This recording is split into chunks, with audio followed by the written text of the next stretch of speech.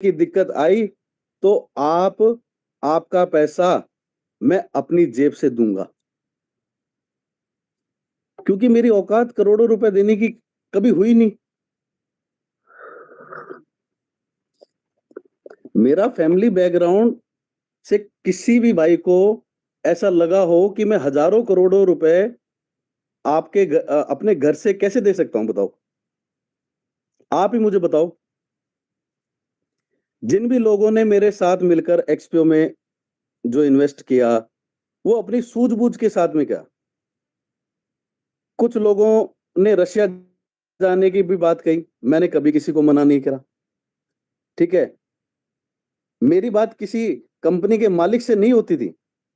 मैंने कभी स्टेज के माध्यम से या फिर कभी किसी के फेस टू फेस ये नहीं बोला कि इसमें करोड़ों रुपए लगा दो। मैंने कभी भी नहीं बोला कि आप अपना घर बेचो, बैंक से लोन लो, ठीक है? आप गोल्ड गिरवी रख के पैसे लगाओ। ऐसी घटिया मानसिकता मैंने कभी किसी के साथ में साझा नहीं करी और कभी कहा भी नहीं। हर बार जिस भी व्यक्ति को मैं मिला, ठीक है? मिलते ही मैंने एक ही बात उससे बोली कि भाई $100 इन्वेस्ट करके देख लेना, ठीक है? $100 डाल के देख लेना, कंपनी का पे आउट चेक कर लेना। जब कंपनी पे भरोसा हो जाए, तो अपने हिसाब से रिस्क ले सकता है। 4 साल के अंदर मैंने किसी को भी गलत झांसे में ना तो लिया, ना ही उसके कोई झांसे की बात करी। क्यों? इस नेटवर्क मार्केटिंग में मेरे जैसे भाई-बहन मात्र और मात्र 1-2% ही है। मैं आपको अगर इंडिया की बात करूं, बाकी 97-98% लोग, ये वो लोग हैं जो कि कंपनियां, मतलब आए दिन कंपनियां बदलते हैं, साल में 3-3 कंपनियां करते हैं, 4 बार उनकी कंपनियां बंद हो जाती है। मेरे जैसे काम करने वाले नॉलेज वाले लोग जो है, वो इस इंडस्ट्री में 1-2% में ही आते हैं। और भाइयों बहनों, ये जो मेरी जो जीवन की पहली और लास्ट कंपनी है,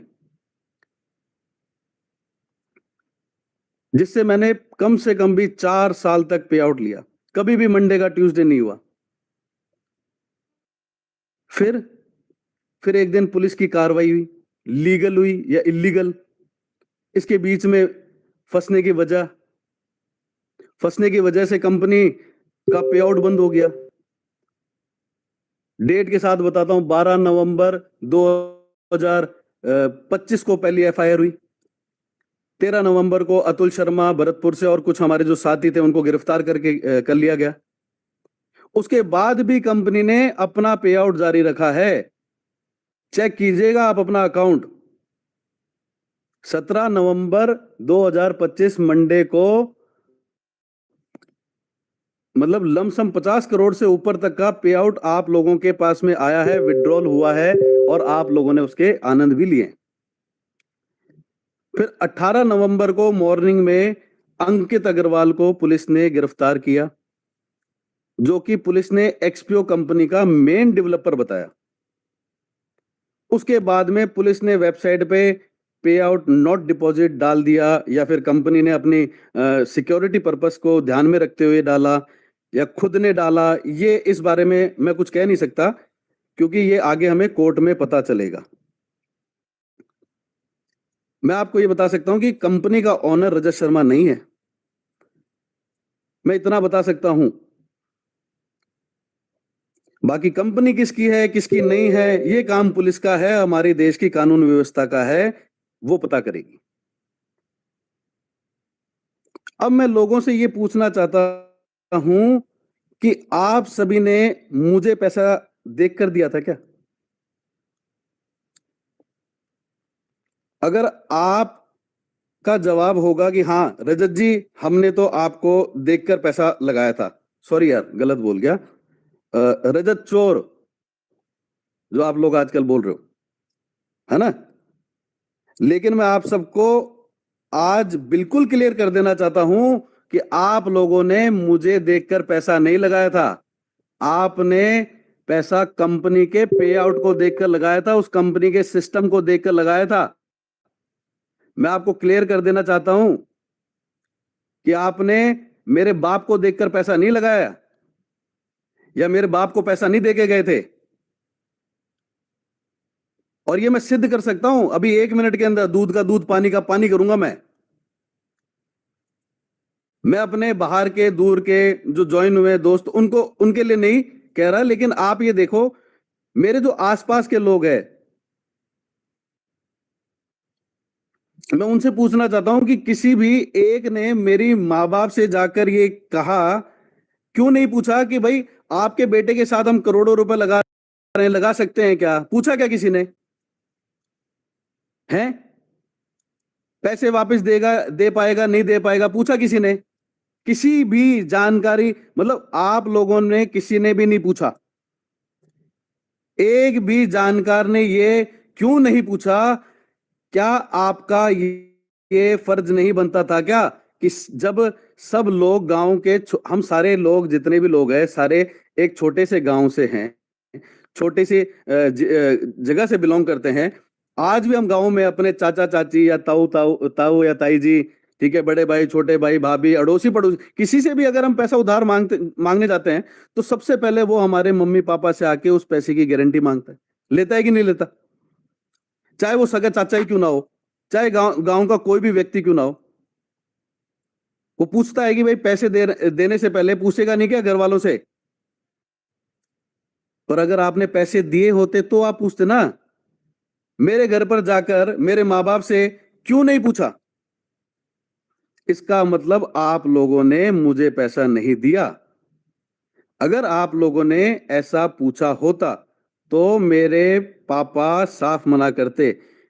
क्यों? क्योंकि 4.5 लाख लोगों में किसी में भी 2 से 4-5 आदमियों ने के माइंड में ये बिल्कुल भी नहीं आया कि यार रजत शर्मा का गांव मेन रोड के ऊपर है, इतना नजदीक है, सिंगोद कला है, और क्या ये जयपुर वाले, जो जोधपुर वाले, अपने पास के जिले वाले, सिक्कर वाले, झुंझुनू वाले, ये जो नजदीक नजदीक जिले वाले लोग हैं, इनमें दिमाग में ऐसा क्यों नहीं आया? मैं पूछना चाहता हूं कि ऐसा क्यों नहीं आया कि एक बार भी कि इसके घर जाके पूछ कर आते हैं कि भाई हम पैसे लगा रहे हैं, लगा सकते हैं क्या? लेकिन आप लोगों ने मुझे पैसा नहीं दिया। अगर मुझे दिया होता तो मेरे घर पर पूछा होता। आप लोगों ने मुझे पैसा दिया ही नहीं, आप लोगों ने सिस्टम को पैसा दिया है। ऐसा नहीं है कि आप लोग पागल हो, आप लोगों में दिमाग सब में है, सब में दिमाग आया भी था कि नहीं आया? बताओ। आपने सिस्टम को पैसा दिया, ठीक है, कंपनी के पे आउट को पैसा दिया, आपने अपने लालच को पैसा दिया, ठीक है, मुझे नहीं दिया। और अब उस मानसिकता, आप लोगों की जो मानसिकता वो इतनी घटिया हो चुकी है कि वो करोड़ों रुपए आप मेरे से चाहते हो। जब आपने मुझे पैसा दिया ही नहीं तो मेरे से मांग क्यों रहे हो? मेरी जिंदगी के अंदर तो ये एक्सपीओ पहली और लास्ट कंपनी है, लेकिन आप लोगों का तो यही काम था। क्योंकि जब एक्सपीओ चल रही थी उस समय भी पे आउट आ रहा था, लोग तो तभी भी कुछ लोग जो आज अब कुत्तों की तरह चिल्ला रहे हैं, उस समय भी वो एक्सपीओ से कमाया हुआ जो पैसा था वो दूसरी कंपनी में जाके, तीसरी कंपनी में जाके वहां गवाते थे। और इस बात के बहुत सारे उदाहरण है मेरे पास में। मेरे पास चलते समय पे बहुत सारी छोटी छोटी कंपनियां, सर 40 दिन में डबल, सर 1 महीने में डबल, सर 50 दिन में डबल, सर 3 महीने में डबल, नहीं आती थी क्या? डबल करने के हिसाब में पैसा लगाया, जिसमें एक कंपनी का नाम मेरे को आज भी याद है, एक एनएफटी ट्रेजर करके कंपनी आई थी, ठीक है। एक्सपीओ के अंदर कम से कम भी 60% लोगों का कमाया हुआ पैसा बड़े तरीके से, मतलब तकरीबन तकरीबन अगर मैं हिसाब लगाऊं ना, 60% लोगों का जो कमाया हुआ पैसा 200 से 150 करोड़ लेकर फुर हो गई, जिसका ऑनर पाकिस्तान का था, बिलाल नाम का बंदा, जो कि ऑनलाइन जूम पर भी आता था, ठीक है, लोगों को लालच बेच कर जाता था भाई 40 दिन के अंदर डबल हो जाएगा। रफू चक्कर हो गया। उस कंपनी में आप लोगों में से किसी ने भी क्या सुसाइड नहीं करा? सुसाइड तो छोड़ो, किसी ने भी जाकर कंपनी पर एफआईआर तक नहीं कराई। वो क्या था? वो लालच था। आप लोगों का, और आपके सामने उस समय क्या है, कोई रजत शर्मा नहीं था ना, और उसमें ना कोई आपके पास में माधव जैसा मसीहा था। आप लोगों की इतनी घटिया मानसिकता हो गई कि जिस कंपनी में तुम लोगों ने काम किया, 4 साल तक पैसा कमाया, मेरे साथ रहे, अच्छा तब तो आप लोगों के लिए मैं भगवान था, हैं? और उसके बाद में क्या बोला? 100 बाप की औलाद। मतलब कि पहले भगवान बना लिया और उसके बाद बोल रहे हैं भाई ये तो 100 बाप की औलाद हो गया। अरे कितना पाखंड है भाई, देख रहा हूं मैं।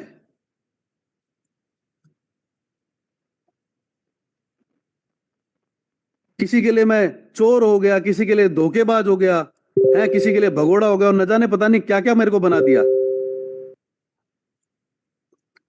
और तुम लोगों ने मेरी मां पर, मतलब मेरी मां के चरित्र पर सवाल उठा रहे हो।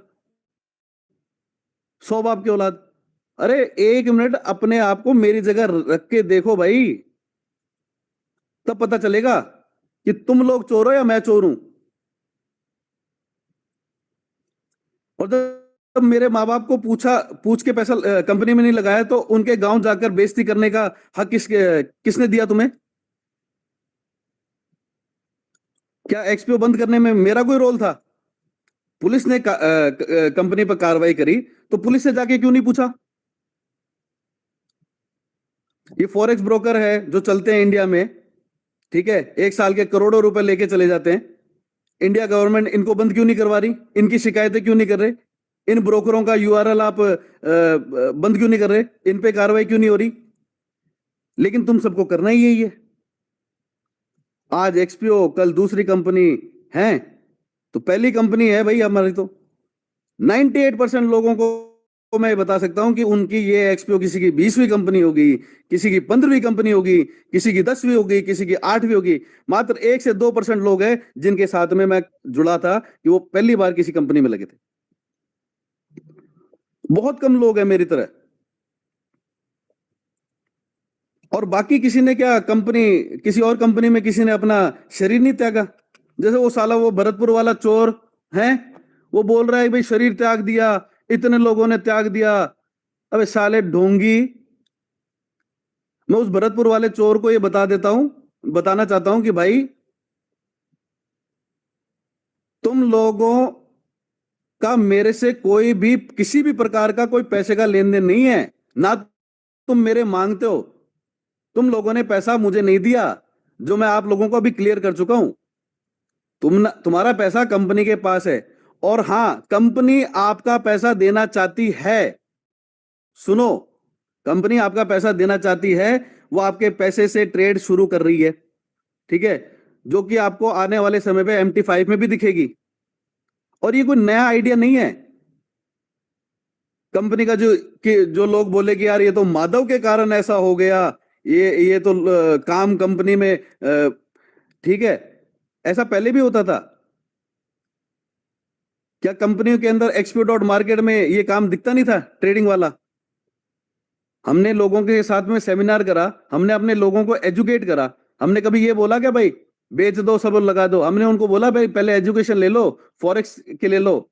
और गलत कब बोला? सही बोलता हूं, आज भी बोलता हूं कि भाई फॉरेक्स है, ट्रेडिंग है, ट्रेडिंग का पार्ट है, जनरेशन का पार्ट है, चलेगा, अच्छा है, आपके बच्चे भी करेंगे। झूठ कब बोला?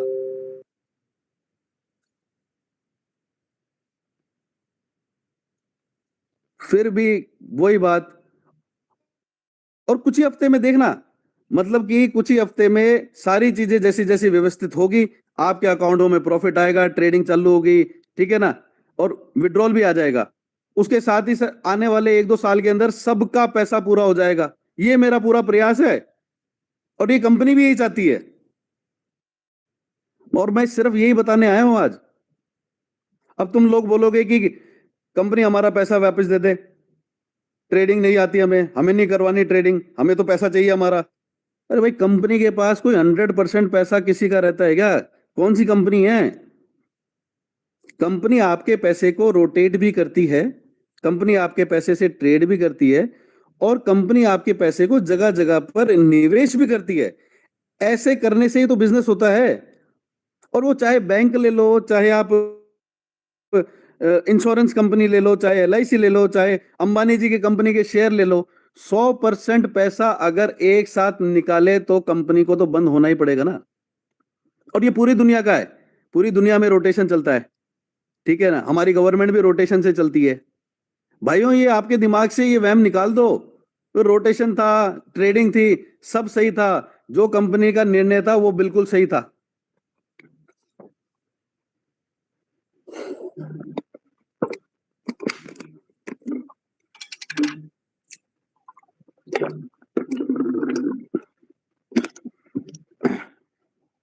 अब बात करते हैं एक व्यक्ति की, माधव। माधव के क्या क्या झूठ है वो भी बात बता देता हूं मैं। माधव का ये मानना है कि एक्सपीओ कंपनी पे कार्रवाई एक आईपीएस ने की, जिनका नाम पंकज यादव है। वो कभी भी गलत नहीं हो सकते क्योंकि वो बहुत ही पढ़े लिखे हैं और आईपीएस है। लेकिन माधव, इस बात का जवाब देता हूं मैं कि गलत कोई भी हो सकता है। भगवान ने इंसान बनाया है, हमें भगवान नहीं है, हम कोई भगवान नहीं है। और आईपीएस को भी पंकज यादव को भी भगवान ने ही बनाया, वो भी एक इंसान है, ठीक है। मैं उनके एक्सपीओ कंपनी की कार्रवाई पे कहीं भी किसी भी प्रकार का कोई गलत नहीं, मतलब किसी प्रकार से कोई गलत नहीं ठहरा रहा, और ना ही मैं ये कह रहा हूं कि भाई वो सही हुआ, ठीक है। इंडिया में बहुत सारे ऐसे आईपीएस भी है जो कि बड़ी बड़ी गलतियां करने के बाद, कानून को हाथ में लेने के बाद, लेने के वजह से 5-5 7-7 साल जेल में काट रहे हैं, ठीक है। तो मैं माधव को बताना चाहूंगा कि गलत कोई नहीं है और गलत कोई भी हो सकता है। और माधव, तुम्हारी यादव साहब से जो गहरी दोस्ती है ना, उसे पब्लिकली ना करो, उनकी दोस्ती दोस्ती तक रखो। कानून में, मतलब कानून के कानून का जो काम है वो कानून को करने दो, क्योंकि एक्सपीओ की जो फाइल है वो पंकज यादव के पास पिछले काफी महीनों से नहीं है। फिर भी आप उनका नाम ले लेके वीडियो में बार बार पंकज यादव जी आईपीएस है, ये है, नाम ले लेके लोगों को गुमराह कर रहे हो। और ये गुमराह करने का अधिकार किसी कानून ने आपको नहीं दिया है, सुन लो। कानून की किसी भी प्रक्रिया जो चल रही है उसमें बाधा डालने का प्रयास ना करो, क्योंकि देश का कानून तुमसे, मेरे से, आईपीएस पंकज यादव से ऊपर है। आपको लगता है पंकज यादव जी ने ऐसा, क्या आपको पंकज यादव जी ने ऐसा बोला है क्या कि रजत के घर जाओ धरना दो, है रजत का जुलूस निकालो? और तुम बार बार लोगों को गुमराह कर रहे हो कि पुलिस प्रशासन अपना काम कर रही है, हमें तो अपना काम करना है। क्या आपको ऐसा पुलिस प्रशासन ने बोल रखा है क्या कि भाई देश का कानून से ऊपर माधव तुम हो? और क्या पूरे इंडिया में एक ही आईपीएस है? अब जिस आईपीएस के पास फाइल है वो आईपीएस नहीं है? मैं पूछ रहा हूं, वो आईपीएस अधिकारी नहीं है क्या? कानून को अपना काम करने दो। कानून प्रक्रिया जो चल रही है उसमें बाधा मत बनाओ। बनने का जो प्रयास आप लोग, जो बाधा बनने का प्रयास आप लोग कर रहे हो ना, ठीक है, ये फालतू की बकवासबाजी जो तुम यूट्यूब पर आके कर रहे हो, ठीक है, कि इसी की वजह से तुम्हारे खिलाफ है ना बहुत सारे सबूत बन रहे हैं, जो तुम्हें आने वाले समय में है ना जेल जाने से कोई नहीं बचा पाएगा। और जिनके दम पे तुम उछल रहे हो ना, तुम्हारी जगह वो भी जेल नहीं जाने वाले। कहीं तुम सोच रहे हो कि वो जेल काट कर आ जाएंगे, ऐसा नहीं है। और ये दूसरी बात माधव, ये जो जरा भाई चार्जशीट को पढ़ना एक बारी, चार्जशीट को बड़े ही अच्छे से पढ़ लेना। उसमें एक नाम जो बार बार लेके बोल रहे हो उनके घर जाना है, ये है ना, एलन चौधरी की बात कर रहा हूं भाई मैं, एलन चौधरी की बात कर रहा हूं मैं, जहां चार्जशीट में उनका नाम कहीं नहीं है। पुलिस के बयान में अंकित अग्रवाल ने सिर्फ और सिर्फ इतना कहा है कि मेरी राय में डीजीसीएक्स और एक्सपो दोनों कंपनी का मालिक एलन चौधरी हो सकता है। ये सिर्फ अंकित अग्रवाल की राय है भाई, वापस सुनना, अंकित अग्रवाल की राय है, जो उसे लगता है। राय किसी की कुछ भी हो सकती है। इस बात के अलावा पूरी चार्जशीट में कहीं भी इस प्रकार का कोई भी जांच एलन चौधरी के खिलाफ नहीं है, ना भरतपुर पुलिस के पास में कोई इस चीज का जिक्र है। अगर वो मास्टरमाइंड होता तो श्री पंकज यादव जी मीडिया के सामने उनका नाम ले चुके होते अब तक, तो जैसे हम सबका लिया और अलग अलग दिशाओं से बताया ये वो है वो ये है। अगर वो मास्टरमाइंड उनको बता रहे हो, तुम लोग खुद ही बना रहे हो, तो आप लोग जो कर रहे हो ना, और तुम्हारे को लगता है भाई एलन चौधरी के लिए अगर तुम चाह रहे हो कि भाई कोई डाउट में भी है, तो एक बार भरतपुर पुलिस से या फिर वो चार्जशीट को अच्छे से जानकारी लेकर उनके घर जाओ ना। अगर तुम्हारे पास में कोई सॉलिड एविडेंस है, अगर सॉलिड एविडेंस है, तो एलन चौधरी के घर जाओ, और अगर सॉलिड एविडेंस नहीं है ना, तो घर जाने की जरूरत भी मत कर देना, क्योंकि उस इंसान को मैं बहुत अच्छे से जानता हूं। ठीक है, वो काम पे विश्वास रखने वाला आदमी है, तुम्हारी तरह फालतू यूट्यूब या फोन कॉल पर आके बकवास करने वाला आदमी नहीं है। और माधव के साथ जो जाने वाले सभी लोग हैं ना, ये बात मैं बता देना चाहता हूं, एलन चौधरी के घर जाने से पहले माधव से उनके खिलाफ सबूत जरूर मांग ले। जिनके भी घर जा रहे हैं उनके खिलाफ का सबूत जरूर मांग ले, क्योंकि कोई भी इज्जतदार आदमी अपने ना बिना किसी गलती के या फिर बिना किसी गुनाह के अपनी बेइज्जती नहीं करवाएगा। इसलिए मैं ये कहना चाहता हूं कि वहां जाने से पहले एविडेंस जरूर इकट्ठा कर लेना। आपको कोई भी किसी भी प्रकार का प्रशासनिक प्रोटेक्शन नहीं दे पाएंगे वो, क्योंकि वो एलन चौधरी है, रजत शर्मा नहीं है वो। और मैं आज उनसे माफी मांगना चाहता हूं कि हमारी वजह से उनका इतना नाम खराब हुआ। तो माधव, अगर तुम्हें है ना राजनीति करनी है ना, तो भाई कहीं और जाके कर। मैंने सब पता किया है कि तुम्हें अपनी राजनीति चमकाने के लिए ना बड़ा मुद्दा चाहिए था, जो कि एक्सपीओ तुम्हें मिल गया। लेकिन मैं तुम्हें तुम्हारी औकात बता देता हूं। इस सिस्टम में इंडिया में से 5 लाख यूजर है, ठीक है, जिसमें से तुम्हारे साथ ये जो गाली गलौज करने वाले, ये जो माँ बहन एक करने वाले जो दे रहे ना, ये लावारिस किस्म के जो लोग हैं, ये सिर्फ 150 लोग हैं। और 150 भी नहीं है, क्यों? उनका रेशो इस अंदाजे से लगा लेना कि 5 लाख लोगों के अंदर रेशो क्या आता है। तुम खुद अपनी औकात देख लो। बाकी जो मेरे साथी है, मेरे भाई बहन है, जो परेशान है, जो रियल में परेशान है, मैं उनको ये बात बोलना चाहता हूं कि मैं रजत शर्मा आज भी तुम्हारे साथ खड़ा हूं, कल भी तुम्हारे साथ खड़ा था, और आगे आने वाले समय पे भी तुम्हारे साथ खड़ा रहूंगा। उनका दुख मेरा दुख है, उनकी खुशी मेरी खुशी है। अरे हर बार मैं बोलता था, मेरे भाई मेरे को जब फोन करके बोला करते थे, सर इस दिवाली एक्सपो वाली, इस होली एक्सपो वाली, बहुत अच्छा लगता था। आज दुख की घड़ी है, दुख की घड़ी में भी मैं उनके साथ खड़ा हूं, और कंपनी से आपका पैसे की पूरी भरपाई करने की जुबान देता हूं मैं। और ये सुनो, ये मैं अपना फर्ज पूरा कर रहा हूं, ना कि आप लोगों मेरे को पैसे मांगते हो। और पूरे विश्वास के साथ कह रहा हूं कि कंपनी चलेगी और आपका पैसा भी आएगा। टाइम लग सकता है, ट्रेडिंग स्टार्ट होने में टाइम लग जाएगा, उसके बाद में कंपनी की किस तरीके से प्रॉफिट आएगा, कैसे कैसे आएगा, वो सारी चीजें, विड्रॉल, वो सारे प्रोसेस आएंगे, समय लग जाएगा, लेकिन सारी चीजें वैसे ही वापस व्यवस्थित होगी। ठीक है, मैं हर बार ये की बात बोलता हूं, हाथ नहीं छोड़ूंगा, साथ नहीं छोड़ूंगा, और जो सह जाएगा वो रह जाएगा। ठीक है, इसी उम्मीद के साथ में मैं वापस से अपन उसी तरीके से पहले जैसे काम कर रहे थे वैसे ही आएंगे। ठीक है, सेल्फ अपने आप को मोटिवेट रखो, ये लावारिसों के चक्कर में मत पड़ो। ठीक है, सब काम होगा, सारी व्यवस्थाएं बैठेगी, ट्रेडिंग भी होगी, आप लोगों का पैसा भी रिटर्न होगा। ठीक है, और ये कुछ माताएं बहनों के लिए नहीं बोल रहा मैं, कुछ और जो लेडीजें हैं जो कि मेरे ऊपर ये जो इल्जाम लगा रहे हैं कि भाई फार्म हाउस, देखो ये कचरा है ना, ये हर जगह दिखेगा, परिवार में भी होता है, अड़ोस पड़ोस में भी होता है, गांव में भी होता है, शहर में भी होता है, तो ये मीटिंग में भी कचरे होते हैं। इन कचरों की तो मत मानो, ठीक है, क्योंकि इनकी कोई इज्जत नहीं है। और अगर निंदा मेरी कर रहे हैं तो मैं जिंदा हूं तो ही निंदा हो रही है, वरना मैं मर गया होता ना, तो ये बोलते यार बहुत अच्छा आदमी था। और इसी के साथ मैं अपने शब्दों को विराम देता हूं। Thank you so much guys. जय श्री बालाजी की।